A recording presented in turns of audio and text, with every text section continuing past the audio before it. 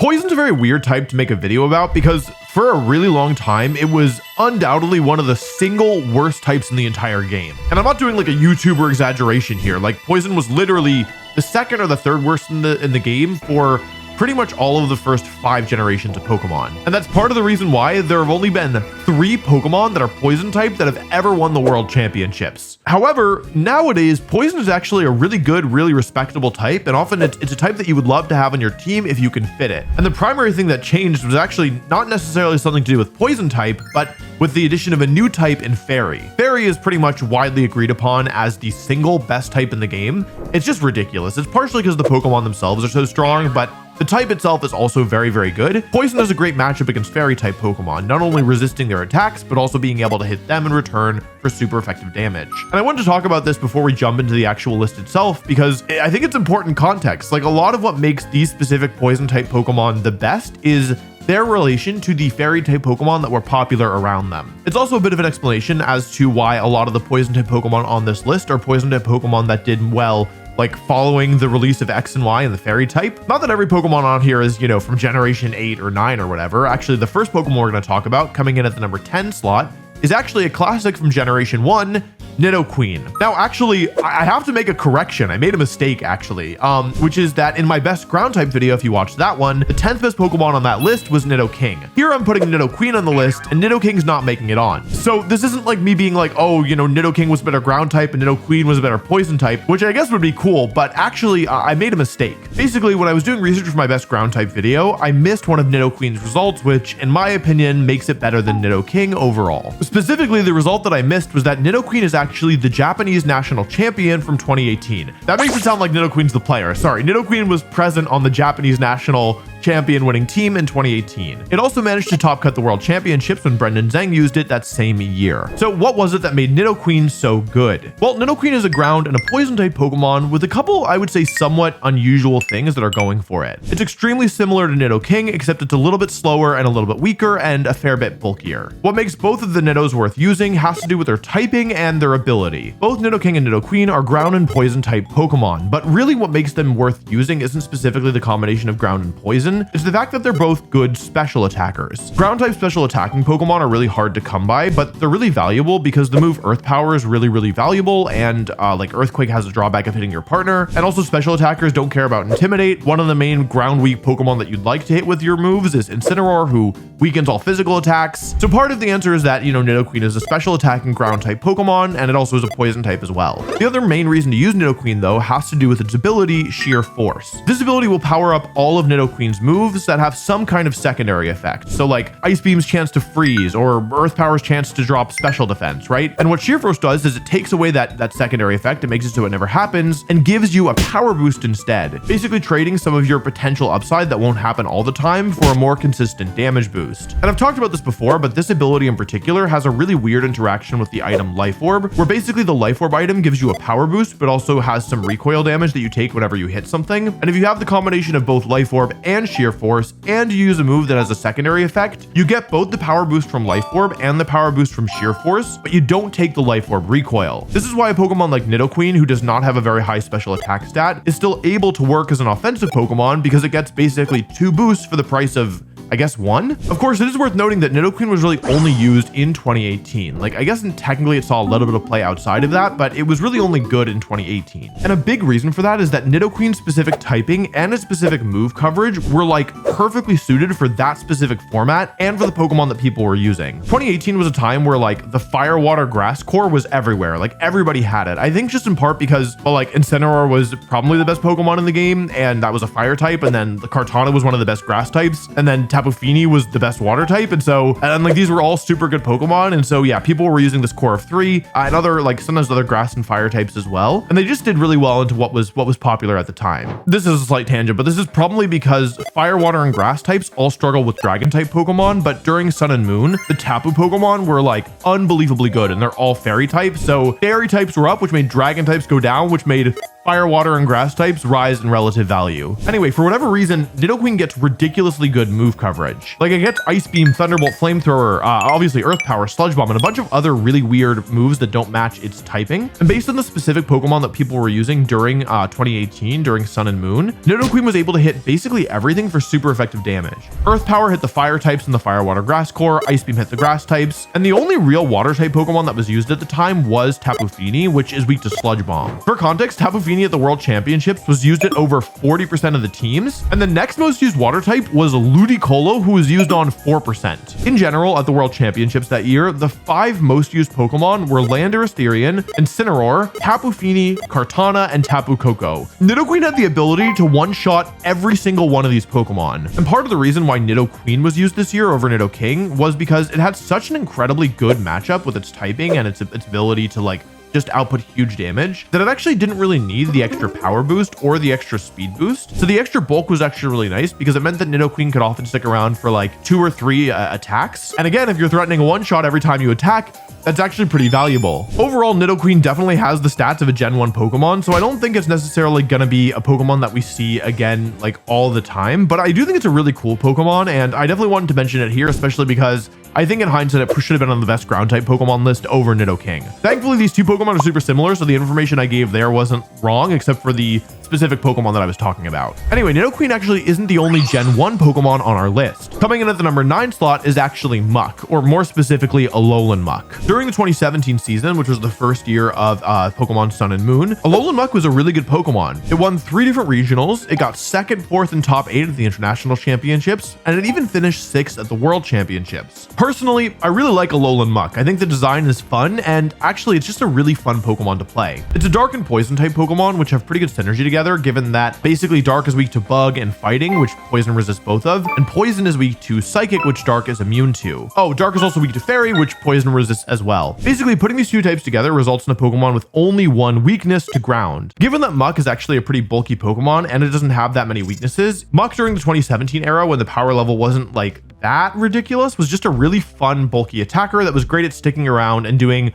fair amounts of damage. Part of the reason why Muck was so good during this year was that the Tapu Pokemon were really running the show. Tapu Lele, Tapu Fini, Tapu Koko, Tapu Bulu. All 4 of these Pokemon were fairy types, and so even though Muck didn't resist their fairy attacks and it didn't resist the electric or the water moves of Tapu Koko or Tapu Fini, being a poison type Pokemon that was really bulky was still really valuable because you could threaten to either one-shot some of the Pokemon or, you know, at least do super effective damage and get them in 2 hits. Part of the reason why Muck was so good during these years was because during Sun and Moon, the Pokemon Company experimented with buffing the super citrus berries, as the community called them. This is the Fiwam berries, Figgy, Ayapapa, Wiki, Agua, Mago. These are berries that basically flip the numbers of citrus berry. So citrus berry heals 25% when you drop to 50% of your health. And these berries at the time healed 50% of your health when you drop to 25%. So having 50% of your health healed from an item was just ridiculous. Like, it actually super centralized the game around this time. And it was clear how overpowered they were because immediately the following generation, they were nerfed to only heal 1/3 of your health rather than half. Muck was a uniquely good Pokemon at using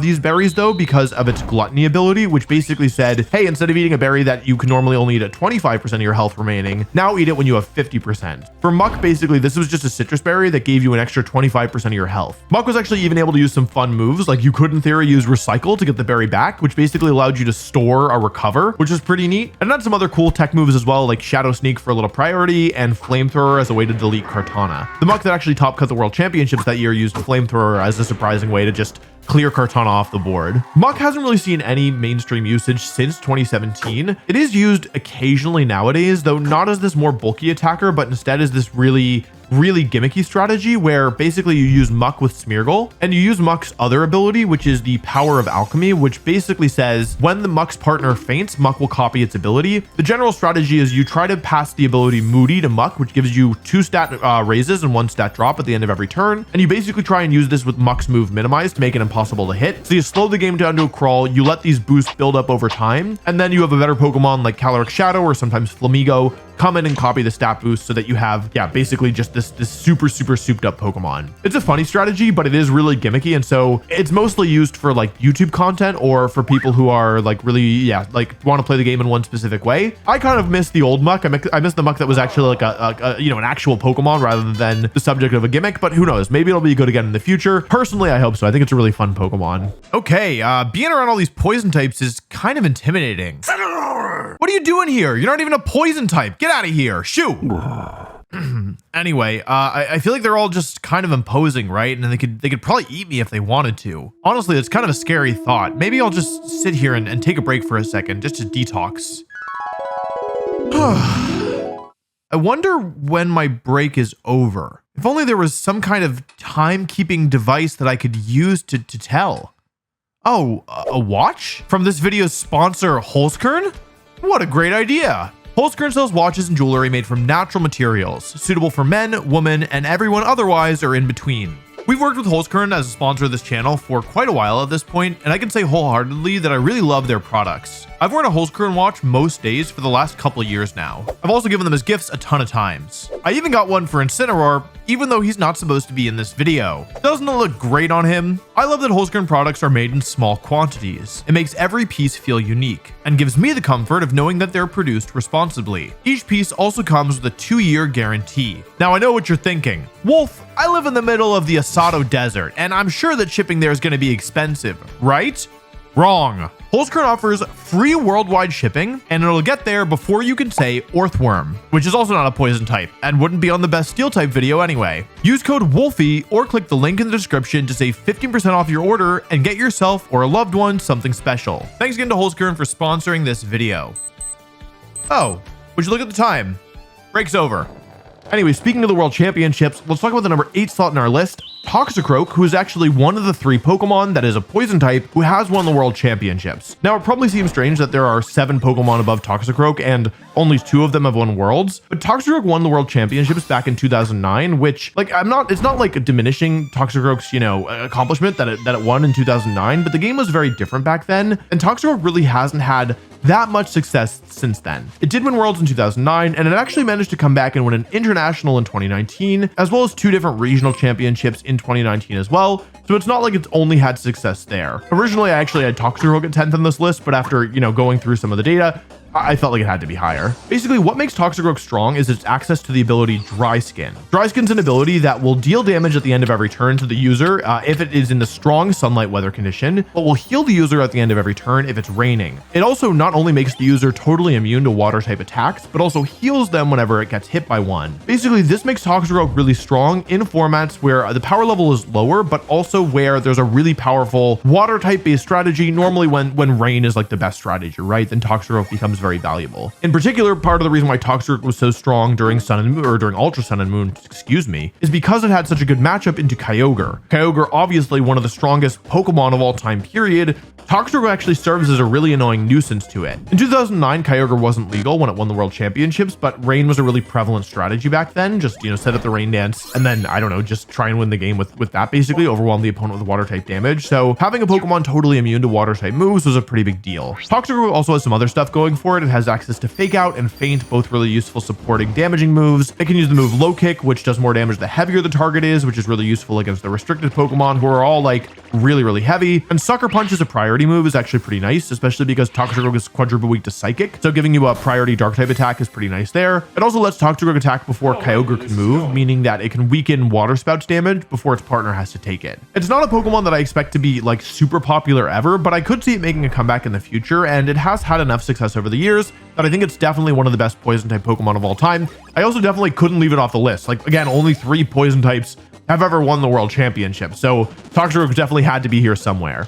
By the way, the Pokemon World Championships are coming up in the not so far distant future, and this year I think is going to be really exciting. Just a reminder to check to see if you are subscribed to this channel, as if you aren't subscribed, the odds of YouTube not showing you a video about the World Championships or all the other exciting things going on, it's a lot higher that you miss it, basically. If you don't feel like you want to subscribe right now, totally cool, but like I figured that some of you probably think that you're subscribed, and you're actually not, so I thought I'd just give a little reminder just in case. The number 7 slot in our list is yet another Generation 1 Pokemon. I really didn't intend this to be the case when I made this list, but there's just a lot of Pokemon that I don't know, we're around at the very beginning. Number 7 is Wheezing. Now, Wheezing's cool because technically there are 2 different Wheezing forms. They basically do the same thing. Like, I'll talk about the differences in a second, but effectively it's the same Pokemon in 2 different forms. Like, regular Muk saw no play, whereas Alolan Muk saw all of the play. Wheezing is kind of split. It just depends on the Pokemon around it, but they do the same thing. So basically they're very similar. Wheezing doesn't have a ton of great results, so it might seem surprising to put it above a Pokemon like Toxicroak. Basically, Wheezing had a couple of strong performances during the pandemic in the Players Cup, where it finished 2nd, 4th, and 7th. If I hadn't beat it in the finals, it would have won. It also finished 6th at an international in 2022, and actually it's doing pretty well in the current format.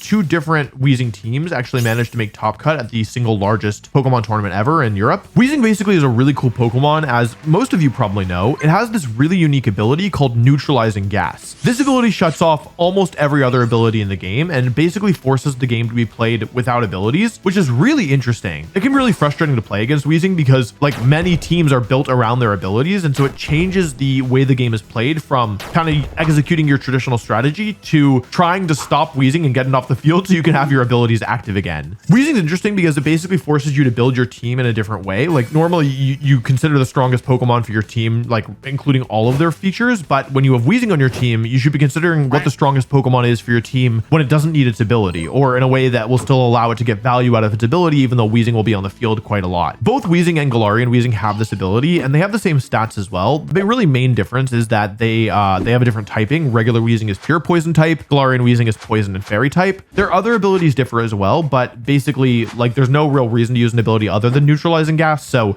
effectively that doesn't really matter. During the Players Cup era, when Wheezing was used, often actually with Regigigas, which is a whole nother story, but yeah, basically Wheezing and Regigigas were a really powerful combo because Regigigas was an amazing Dynamax Pokemon, but it's obviously hampered by its terrible ability, and Wheezing was able to shut off its ability. During that era, basically Wheezing was used in its regular form, in its original Kanto form, but recently, you know, in the current format, it's actually Galarian Wheezing who's seeing more use. The main calculus is basically just how valuable fairy type moves are and how valuable the weaknesses and resistances that you get with fairy are. So when there's a lot of steel type moves, regular Wheezing might be better because it's not weak to fairy. But in the current format, there's a lot of dragon type Pokemon that are doing well, like Koraidon and Miraidon, and a lot of Pokemon actually are running Terra Dragon as well. So having actually access to fairy type moves like Strange Steam and Dazzling Gleam, it's pretty valuable right now as an offensive piece. And the poison coverage that you're getting is actually a little less valuable because in the current format, there's just not as many fairy type Pokemon that are doing well right now. And so if you're going to only have one attack, you'd actually rather have it be Strange Steam compared to Sludge Bomb. Wheezing is normally used as this kind of supporting Pokemon with, you know, Protect, maybe Toxic Spikes, Will-O-Wisp, Poison Gas, Taunt, lots of good supporting moves, and typically just one offensive coverage move. But actually, I had success in an earlier format where all the legendary Pokemon were banned using Choice Specs Wheezing and Toedscroll, actually. It was a really fun strategy. I made a video on it if you haven't seen it already. It's a really cool team. It was a really fun team. It was a really fun tournament. So yeah, I think Wheezing's a really cool Pokemon. I like it a lot. And I think it's a Pokemon that we will continue to see in the future because there's just no other Pokemon that offers the ability to just completely shut down abilities. Okay, our number 6 Pokemon, it's not a Gen 1 Pokemon, but it is an evolution of a Gen 1 Pokemon. It's Crobat, a Gen 2 Pokemon. It's kind of crazy that, you know, we're halfway up the list and nothing has been, you know, after Generation 4 even, which is it's just nuts. Anyway, Crobat's a pretty good Pokemon. It's won an international championship. It's won at least 3 regional championships. It also got 2nd and 3rd again at nationals in 2016. Basically, what makes Crobat strong is actually its relation to the fairy type Pokemon around it, specifically Xerneas. So for those of you who don't know, Xerneas might be the single strongest Pokemon of all time, stronger than Mega Rayquaza,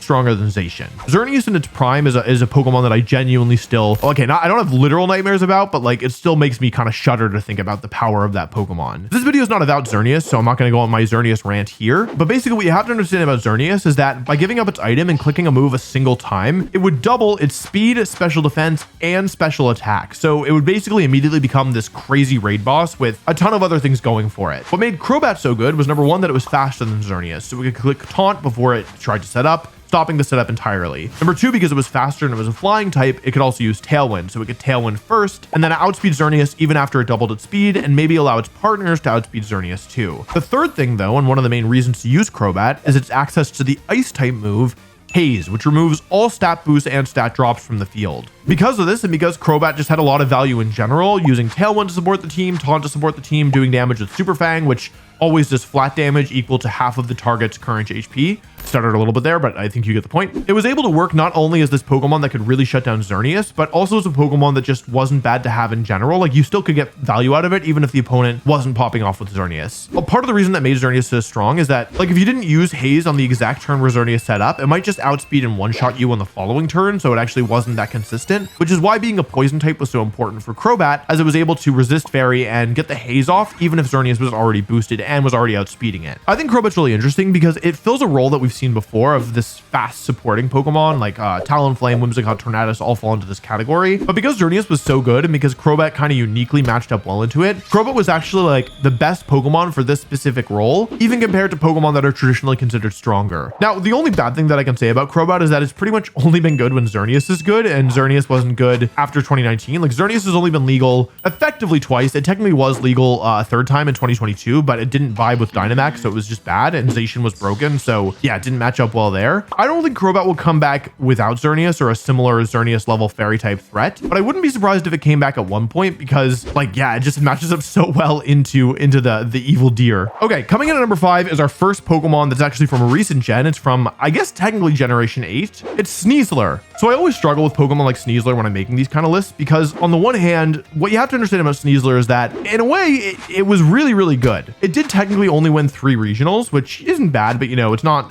necessarily as impressive a resume as Crobat had, but that's partially because Sneasler has really only been relevant in one single format. This format was called Regulation H. It took place at the beginning of the 2025 season at the end of the 2024 calendar year. If that's confusing, don't worry about it. And basically in that short period, Sneasler became probably the best Pokemon in the game at one point. This format banned all legendary and paradox Pokemon, which lowered the power level a lot, which allowed a Pokemon like Sneasler to do really, really well. If you think Sneasler should be lower, that's totally fair. I would say that it doesn't have as good accomplishments as like Crobat or maybe even Toxicroak, but I don't think that accomplishments are the only, I don't think they tell the whole story, right? And I think that Sneasler was so dominant and so good during the period when it was good that it warranted a higher place on this list because in one format, it was like the best Pokemon in the game. What made Sneasler so good is just the fact that it was really fast and really strong. It has a secondary fighting type, which allows it to have really good coverage, with poison types being unable to hit steel type Pokemon. Fighting hits those Pokemon. They don't overlap perfectly, like ghost types are still hard, poison types are still hard. But part of the reason why Sneasler was so good is because it has a signature move called Dire Claw, which is one of the most frustrating attacks I've personally ever played against. Dire Claw has a whopping 50% chance to get a status condition, not factoring in Sneasler's ability Poison Touch, which you can use to get like an even higher chance of getting a status condition.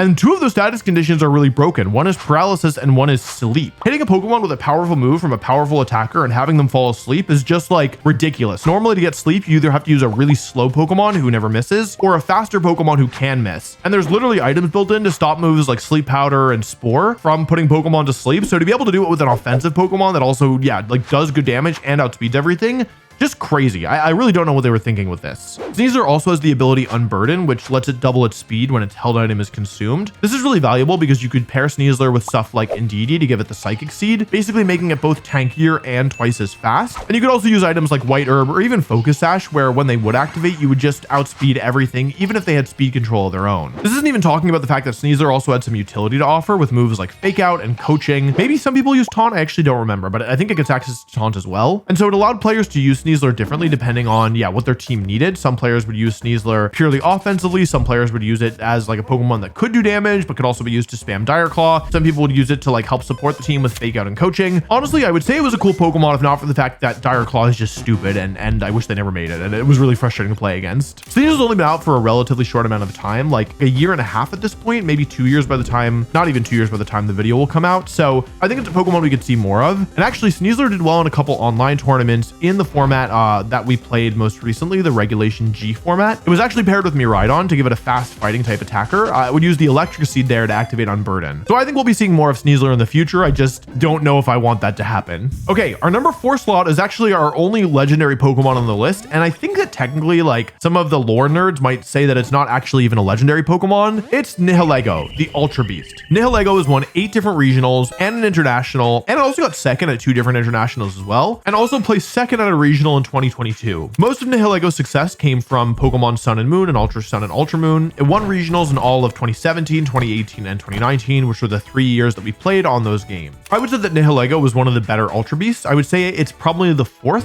best behind Kartana, Celesteela, and Stakataka. That's my personal opinion. Maybe I'm messing things up, but I would say that that's actually a pretty good ranking still. The thing about Nihilego is that it's a poison and rock type Pokemon, which frankly, that's just terrible synergy. Like you have a quadruple weakness to ground, you have a ton of weaknesses in general. Like these don't support each other very well offensively. Like they're both resisted by steel. Hitting certain rock type Pokemon that are especially bulky can be hard. Like ground type Pokemon are resist both, but it compensates for this because it also has really terrible synergy defensively, where basically you don't really cancel out each other's defensive weaknesses either. Like there's some synergy, but it's not good. The thing is, Nihilego makes it work because it's a rock type Pokemon who's a special attacker, which is actually similar to like what we were talking about with Nidoqueen, where rock type special attackers are just really hard to come by, and there's a lot of value to using one. Part of the reason why Nihilego isn't higher up on this list is because, well, its results aren't as good, and part of the reason why its results aren't as good as the other Pokemon is because although it was extremely strong during Generation 7, it wasn't as strong during Generation 8 or Generation 9. However, Nihilego wasn't present in Generation 9, which, you know, isn't exactly, it's not its fault, but it's just a fact, right? So that's not really a fair thing about it. And in Generation 8, it wasn't allowed when the game was first released. Like it didn't start the game in Sword and Shield. And then the pandemic happened and all events were canceled. And so by the time Nihilego was back and there were like real life events again, like we were playing with 2 restricted Pokemon and Zacian was the most used Pokemon in the game. So I think it's been a little unfair to Nihilego, like to say, oh, like, you know, it was really good in Sun and Moon, but not so good after, because the specific circumstances just made it harder for it to pop off. That being said, the Pokemon above it are so far above it that I don't feel bad about the 4th placement here, but it's a Pokemon that I think could really do well in the future again. Nihilego has like super bad physical defense, but it is really bulky on the special side, which means that in the right circumstances, it doesn't feel like so bad to use. Really though, the main reason that you'd want to use it is offensively. It's a very strong special attacker, and because it's an Ultra Beast, it has access to the ability Beast Boost, which powers it up every time it gets a KO. If you're careful with Nihilego and you position it properly, it's a Pokemon that can really snowball games by picking up 1 KO and then turning that into 2 KOs, and then yeah, just running away with the game from there. It's also relatively fast. Like it's not keeping up with Pokemon that they're releasing in Generation 9, like Fluttermane and Chenpao and Miraidon and Koraidon, but for, you know, the standard back then in Generation 7, totally respectable, above average, like fast Pokemon. Nihilego, similar to a lot of the other Pokemon on this list, also did well during Generation 7, especially because the Tapu Pokemon were so common, and because it's a fast poison type attacker that outsped all but one of them, it was extremely effective at shutting them down. Despite the fact that Nihilego was clearly intended to be an offensive Pokemon, it also saw some success being played defensively. Some players even paired it with Tapu Bulu and gave it the Grassy Seed item, which gave it a defense boost, and sometimes they'd even use the move Substitute to allow it to be this kind of like fast, bulky Pokemon that could still do good damage, and if it ever got a KO, it would be super threatening. One thing worth noting is that Nihilego actually received a pretty major buff in Sword and Shield when it got access to the move Meteor Beam. Meteor Beam is like arguably the best special attacking rock type attack because it not only does a ton of damage, but also gives the user a special attack boost before it's launched. This move is great in general, but for a Pokemon like Nihilego, who's already super fast and gets stronger every time it gets a KO, I would not be surprised at all if the next time Nihilego is legal in a lower power level format, it could really pop off. The last thing I'll say about Nihilego is it's one of the cooler Ultra Beasts from one angle, in the sense that many Ultra Beasts, like the way that their stats were set up, that they pretty much always got the same type of stat boost when they took a KO. Beast Boost always raises your highest stat. So like for Stakataka, you always got the defense boost unless you intentionally lowered your Stakataka's defense stat, which like you wouldn't really want to do. Kartana was similar. Like you need to run a nature that lowers your attack and like a 0 attack IV or something close to it to get the speed boost because it's naturally so strong. Basically, Kartana always got the attack boost, Stakataka always got the defense boost, but Nihilego was a Pokemon where the way the stats were set up, it could get either the speed boost or the special attack boost. So you were able to do some interesting things there, where if you wanted a Nihilego that got faster when it took a KO, you could actually do that, compared to Kartana, where you really couldn't do that. Anyway, I think Nihilego is a cool Pokemon. We did get to play with kind of like a different Nihilego with Glamora, who I also think is a cool Pokemon, so I haven't like missed it that much, but I think it's a cool Pokemon. I think it'll do well again in the future if it comes back at the right time. Okay, before we jump into the top 3, let's talk about our honorable mentions. I actually just started talking about one of them, which is Glamora. Glamora is a cool Pokemon. I originally was going to have it on this list, but it just didn't have the same results or the impact as any of the other Pokemon. So it's our like number 11 slot, basically the closest Pokemon to making it on the list in the first place. Cool Pokemon, very similar to Nihilego, same typing, able to use Meteor Beam, but also is able to use its signature ability Toxic Debris and its move Mortal Spin. I think these are signature things about it. It's possible somebody else gets it as well and I'm forgetting. But yeah, basically it can be used either as this offensive Pokemon that just does a ton of burst damage, or as this way to spread poison around the opponent's team. I think it's a really cool Pokemon. I actually like it more than Nihilego, but it doesn't have the same results. And I don't know, I hope it's in future games because it's annoying to play against, but it's just such a cool Pokemon. Pokemon, and I don't know, I think it's cool. Second honorable mention, Nidoking. We already talked about Nidoking here. It's very similar to Nidoqueen, but slightly worse results, as I found out when working on this video. Actually, I want to give a shout out to Brendan Zhang, who is the only player to top cut Worlds with Nidoqueen or Nidoking, like either of them. And when I put out the best ground type video, he was like, dude, where's Nidoqueen? And I was like, I don't know, it doesn't have the good results. And he was the one who actually educated me about the Japan Nationals win that I missed. So shout out to Brendan. But yeah, Nidoking, good poison type, has good results, a little bit not good enough for this list. And that's actually all the Pokemon that I want to talk about, because there's there's just not that many good poison types. Like Nidoqueen and Muck and Toxric are on this list. You know what I mean? Like, it's not that these Pokemon are terrible, but they're not that good either. You know what I mean? So my third honorable mention is actually Terra Poison. Terra Poison actually being a pretty desirable Terra type because it gives you access to a bunch of useful resistances, especially when Fluttermane was like the most used Pokemon in the game. Terra Poison was super valuable because Poison's a good defensive type. Like, it's always been a good defensive type. Much better now that it resists Fairy, but totally good defensive type, but not as good offensively. And so with Terastallization, you can keep your original offensive relationships, but change your defensive ones. Terra Poison was really popular. Often on ground type Pokemon, actually. Like Tinglu stands out. Landorus used it as well. I think Excalibur used it, not a ground type as well. I think even Ice Rider have used it before. So it's a pretty good defensive Terra type. And so even though even though it's not technically like a poison type Pokemon itself, I still wanted to mention it here. Also, I guess I should probably just obligatory Terra Poison Incineroar, even though Poison's like a terrible type on Incineroar because it's also weak to ground. But I don't know. Yeah. Okay, coming at number 3 is another Generation 1 Pokemon. Turns out Gen 1 poison types are pretty decent. It's a starter Pokemon, actually. It's Venusaur. Now, Venusaur technically has 3 different forms, but altogether, the 3 different Venusaurs have won 10 regionals, 3 national level events, and one of the Players' Cups. I should say at least 10 regionals, at least to all of these. The site that I use that keeps track of events, it's not perfect. Like, it's an amazing resource to have, but it's certainly missing some events, and so I think that this is most of what Venusaur's accomplished, but it might be more. Anyway, let's start by talking about base Venusaur, because I think that'll cover the most ground. Venusaur's kind of like the classic grass-type Pokemon on sun-based teams. We have seen Pokemon like Jumpluff or Lilligant more recently nowadays, but like traditionally and historically, it's been Venusaur who's been the main chlorophyll Pokemon that's paired with normally Groudon or Torkoal. This is partly because while Pokemon like Lilligant can use After You and Pokemon like Jumpluff can use Tailwind, Venusaur's better at supporting the team via damage. Like, it adds a secondary damaging threat. This is partially because it's a special attacker. This is partially because it's decently strong. Like, well, decently strong for a Pokemon so fast, but it's also because it has really good coverage moves like Weather Ball, which turns into a fire type attack in the sun, and Earth Power, which is just really useful to have. Also, being both a grass and a poison type, it just complements Groudon really well. Grass type moves can hit the water type attacks that resist Groudon's fire moves, and Venusaur's poison attacks hit the grass type Pokemon that resist Groudon's ground type attacks. Really though, what makes Venusaur so threatening is actually a move that doesn't do any damage, and that is Sleep Powder, which puts a Pokemon to sleep for 1 to 3 turns if it connects, and it connects 75% of the time. When you have a Pokemon like Groudon clicking Precipice Blades, or like Primal Groudon clicking anything that it wants, being unable to attack for up to 3 turns is just devastating. It often means that the Pokemon who gets hit will just lose, like it will just faint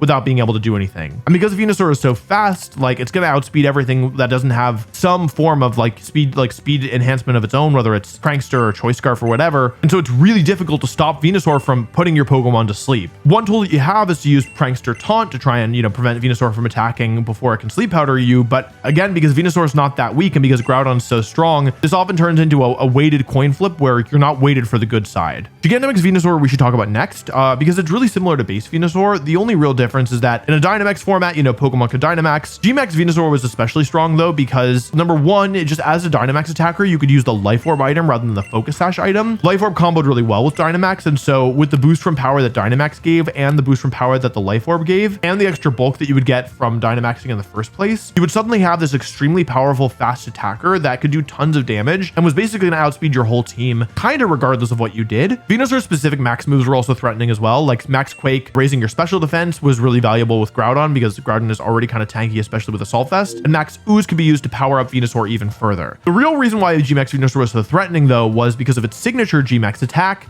Gmax Vine Lash. If there was one kind of Gigantamax effect that I could remove from the game, it would have been this one. It would have been the one that Venusaur gets, Charizard gets, Blastoise gets, and also Colossal gets for some reason. Basically, if you hit a Pokemon with Gmax Vine Lash, even through Protect, and you only have to hit them one time, you set up this ridiculous passive damage effect over the next 4 turns that does 1/6 of both of your opponent's Pokemon HP, unless they're a grass type. Basically, if you actually look at the numbers of this, the damage output is just absurd, and that's as a passive effect. That's not even considering how strong Gmax Vine Lash was just as a regular attack. Having to cover for Gmax Vine Lash and Max Quake and Max Ooze, while also thinking about the fact that the Groudon might Dynamax and the Venusaur might just click Sleep Powder, very frustrating to play against. I really did not like playing against Venusaur really in any format. Lastly, let's talk about Mega Venusaur though, who actually played quite differently. Mega Venusaur actually gets a huge increase to its bulk and trades the Chlorophyll ability for Thick Fat, which turns off 2 of its weaknesses. Basically, this would allow Mega Venusaur to play as a much slower and tankier attacker.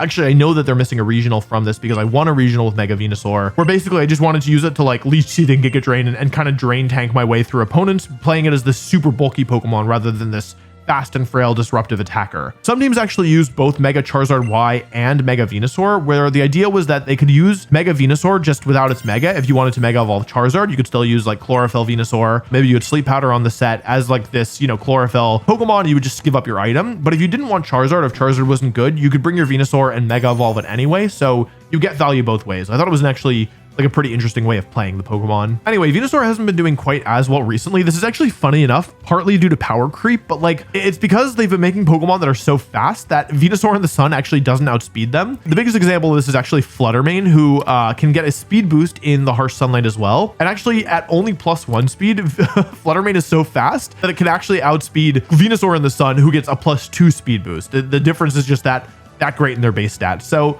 part of the reason why we've been seeing faster Chlorophyll Pokemon like Lilligant and Jumpluff recently, but I suspect that we'll see more of Venusaur in the future. Okay, there's 2 poison types left, and they're both like the rest of the result of the other poison types, not including Venusaur and Nihilego, but they're kind of lacking a little bit. Like it's not like the most impressive result spread that we've ever seen.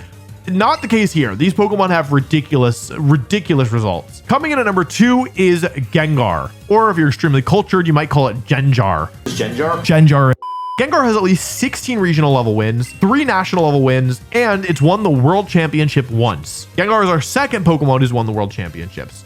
And I know for a fact that there are several accomplishments missing from Gengar because several of my regional wins with Gengar are not listed here. So it's very likely that it has even more wins than what I've just said. Most of the accomplishments that Gengar has comes from Mega Gengar, which we'll talk about in a second. But let's talk about regular Gengar first. Base Gengar saw a little bit of play during the beginning of X and Y, thanks to its high base speed for the time, its good special attack for the time, and the fact that offensive poison typing was just really valuable. And this was a time where ghost coverage had just gotten buffed, where Steel no longer resisted ghost. And so having a Pokemon that was super fast that could either 1 or 2 shot most Pokemon in the format was really valuable. Gengar was also good because it has useful supporting moves like Will-O-Wisp, which is especially good because back at the beginning of X and Y, Mega Kangaskhan was really running the show. And so having a ghost type Pokemon who was immune to its attacks who could burn it was just super valuable. My friend Mark has actually won national level events twice using base Gengar with Focus Sash. However, most of the success that Gengar has comes from Mega Gengar. Mega Gengar is my personal most favorite Mega Evolution, and I'm also the most accomplished Mega Gengar player of all time. I miss it a lot. I don't think I realized how much I liked it until it was gone, and now I've been really kicking myself for not using it even more than I already did. Even though it was definitely my most used Mega Evolution, I still could have used it more. I didn't appreciate it enough. Mega Gengar gets a really efficient use of the stats that it gets from Mega Evolving. It gets a huge bump to both its power and its speed, and it also gets a meaningful amount of bulk with none of its stat points wasted in its attack stat. More importantly, Mega Gengar trades its ability for access to one of the most oppressive abilities in the game, Shadow Tag. This is an ability that viewers who regularly watch this channel might be somewhat familiar with. Thanks to its great offense and its ability to just trap everything on the field, Mega Gengar was definitely the ideal Pokemon for players who like to play a more control-based strategy, such as myself. Something that was interesting about Mega Gengar is despite being one of the most offensive Pokemon that we had, it actually would often run supporting moves just because it had so many useful supporting moves, and by being a ghost type, it was like really well equipped to use these moves. Moves like Will-O-Wisp, Disable, Taunt, and Perish Song were often used on Mega Gengar, and it could also run some weird coverage moves like Hidden Power Water saw some play, as did Icy Wind. Similar to Crobat, it was one of the best Pokemon against Xerneas, which is part of the reason why the only time that Mega Gengar won Worlds was when I used it to win the World Championships in the year where Xerneas had really dominated for the entire time. It was Xerneas' most dominant format ever. And actually on the Mega Gengar set that I used to win Worlds, I had both Will-O-Wisp and Taunt. I kind of was resigned to the fact that I might never get to play with Mega Gengar again. All I'm going to say is that with Mega Evolution returning in upcoming Pokemon games, I'm very excited to use Mega Gengar again, and I am looking forward to not repeating my mistake of not using it enough, which just leaves the #1 best poison type Pokemon of all time. This isn't going to come as a shock, but the best poison type Pokemon of all time, and it's not even really close, honestly, is Amoonguss. Amoonguss has at least 47 regional wins, at least 14 national level events. It's won the Players Cup. It's won 3 different world championships, and there is no Pokemon, poison type or otherwise, that has won the world championships more than Amoonguss. Forget poison type, Amoonguss is one of the single best Pokemon of all time. I haven't really thought about this very deeply, but it might legitimately be a top 3 Pokemon, maybe a top 2 Pokemon, period. By the way, these results are insane, right? Like 47 regionals, 14 nationals.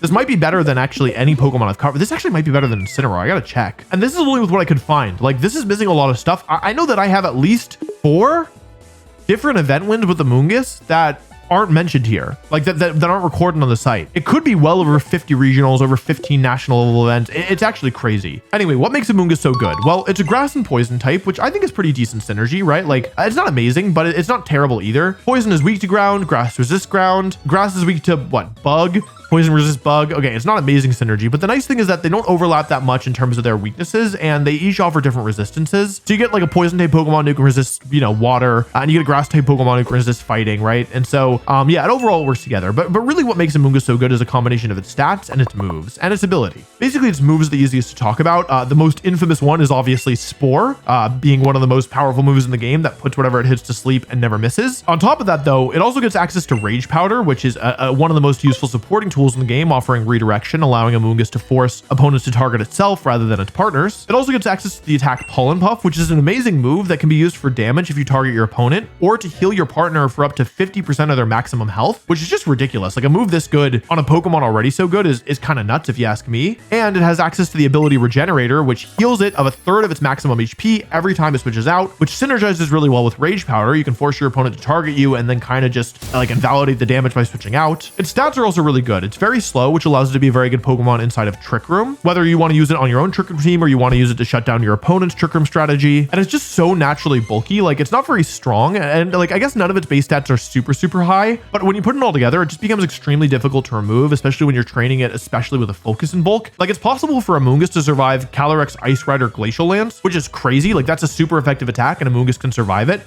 I don't know how that's possible, but it is. And because its stats are so flexible, it actually allows Amoonguss to like be really like customizable based on what you need it to be. You can train it to be super slow and physically bulky, or you can make it super specially bulky. There are even times where Amoonguss is run with a bit of speed to catch people off guard, maybe even function inside a Tailwind. Amoonguss is so good that when it was introduced in Generation 5, it was very clear that it had become just too powerful. And so immediately in the following generation, they added a ton of nerfs to powder-based moves, which are most of the moves that Amoonguss uses. Both Spore and Rage Powder count as powder-based moves. They introduced Safety Goggles as an item, which made the holder just fully immune to powder-based moves. And they also reworked Grass-type Pokemon to just naturally be immune to all powder moves, which is crazy because before you could, before people would actually run level 49 Amoonguss so that they'd be slower than the opposing Amoonguss in Trick Room and could Spore them. Like, that was actually a legitimate strategy. People ran Chesto Berry Amoonguss to Spore the other Amoonguss. Like, that was the level of counterplay that we were at with Amoonguss in Generation 5. They also reworked the Overcoat ability to make it better and yeah, just make it so it was immune to powder moves as well. And so these are 3 pretty,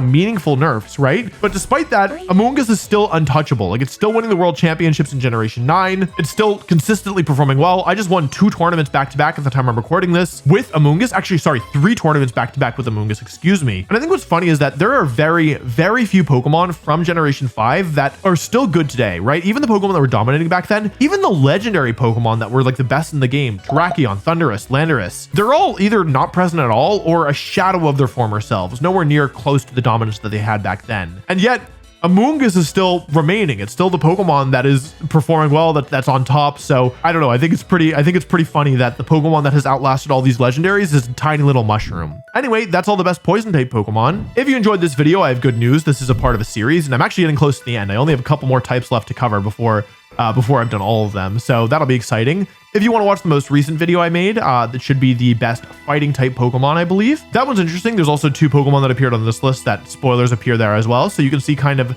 how talking about the different types also changes the context in which we talk about these Pokemon. Thanks for watching and I'll see you again soon.